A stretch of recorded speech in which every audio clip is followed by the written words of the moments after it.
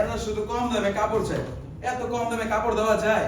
তাছাড়া কিছু লোক বলে কেমিক্যাল যুক্ত রঙিন পানি শোধন করে ব্যবহার করতে। এই কেমিক্যাল যুক্ত রঙিন পানি শোধন করে ব্যবহার করতে গেলে তো কারেন্ট বিল আর কেমিক্যালের টাকাই শেষ হয়ে যায় আমার। তার চেয়ে রাত্রের অন্ধকারে কারখানার বিষাক্ত বর্জ্য পদার্থ সরাসরি নদীতে ফেলাই দেবো, ঝামেলা শেষ, কেউ দেখবে না। আমরা দেখবো মিস্টার জামান। আপনারা কারা? আমরা কারা, যে সমস্যাগুলি তৈরি করছেন আপনি তা আগে বলুন, কেন করছেন? আইসে সমস্যা মোকাবেলা করতে আপনার মতো লোক আমার পকেটে থাকে। মিয়া শোনেন, ব্যবসা করতে গেলে একটু বর্জ্য নদীতে যাবে, তাছাড়া নদী অনেক বড়, ওই সব কেমিক্যাল নদীর স্রোতে এমনিতেই পরিষ্কার হয়ে যায়। ব্যাপারটা তো বড় করার কিছু নাই। এটা আপনার ভুল ধারণা। নদী কোনো ডাস্টবিন না যে ধুয়ে মুছে চলে যাবে। আপনার কারখানার ডাইং এবং ভারী কেমিক্যালে তো বুড়িগঙ্গা, শীতলক্ষা, তুরাগ নদী আর শেষ হয়ে গেছে। আপনি কি জানেন নদীতে কোনো অক্সিজেন নেই, কোনো মাছ বাঁচতে পারতেছে না। এবং সেই বিষাক্ত নদীর পানি যখন কৃষক তার কৃষিকাজে ব্যবহার করে, সেই ফসলের ক্রিমিয়া এবং সীসা আমাদের পেটে আসছে। আপনি তো আমাদের বিষ খাওয়াচ্ছেন। বলুন, কথা বলুন, আপনি আমাদের কেন বিষ খাওয়াচ্ছেন? সুমি, এদিকে আসো।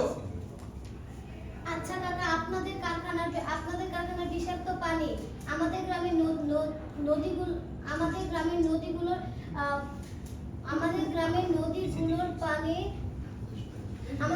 নদীগুলোর পানি দূষিত হচ্ছে, যার ফলে আমাদের শরীরে ঘা হচ্ছে।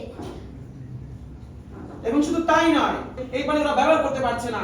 আপনি তো এর জন্য দায়ী। ওদের এলাকার নদী নেই, কোনো নদী নেই, সব নদী মরে যাচ্ছে। কেন? আপনি শুধু তাই করছেন না, এরপর আপনি গ্রামের প্রতিটা কৃষককে সমস্যার মুখে ফেলে ফেলছেন।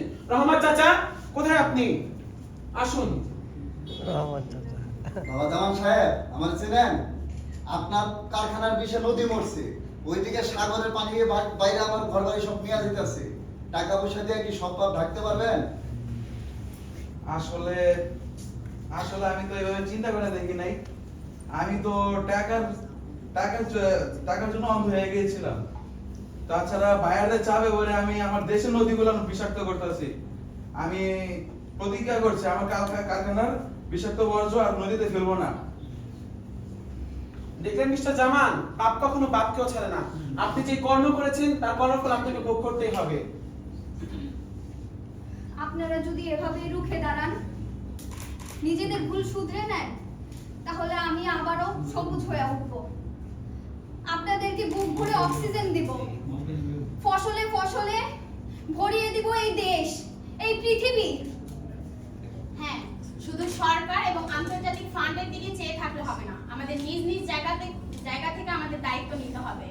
আমাদের প্লাস্টিক বর্জন করতে হবে, পরিবেশ বান্ধব শিল্প কারখানা এবং সবুজায়নী পারে আমাদের বাঁচাতে।